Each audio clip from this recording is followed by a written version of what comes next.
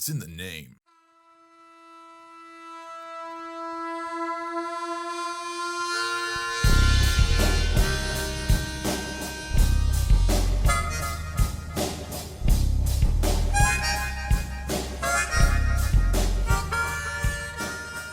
There's a trend that's been on social media and modern culture to exclaim the statement, "the best day ever."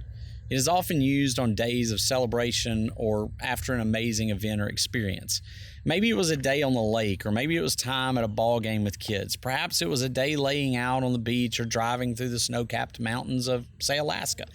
I'm fairly certain I've seen best day ever used to describe the birth of babies. Certainly birth is a time of celebration. There's smiles and giggles, goo-goos and gahs, there's the smooth skin, the perfect little humans being brought into a happy family. Best day ever. But there's actually a day that's better than the day of one's birth, and it might surprise you what it is. The wise preacher, perhaps King Solomon, once proclaimed, "A good name is better than precious ointment, and the day of death better than the day of one's birth." This week, Travis and I lost one of our aunts. Our family is close. My dad and Travis's mom are siblings. In addition to them, there are 9 others. The aunt that we lost this week was only the second of the siblings to pass into eternity.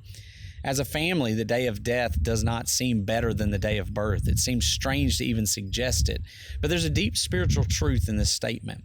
We were not meant to stay in this world forever. In fact, the same writer in Ecclesiastes 3:11 said, "He has made everything beautiful in its time, and He has put eternity in a man's heart." Somewhere deep inside, we all know that we are living for something besides this world. Some people choose to tune into that truth, and some do not.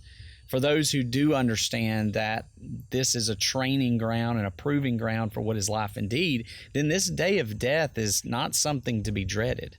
It's a day that real life begins. A day when mortality of earthly life is swallowed up by true life, real life, eternal life. One day we will all cross that threshold.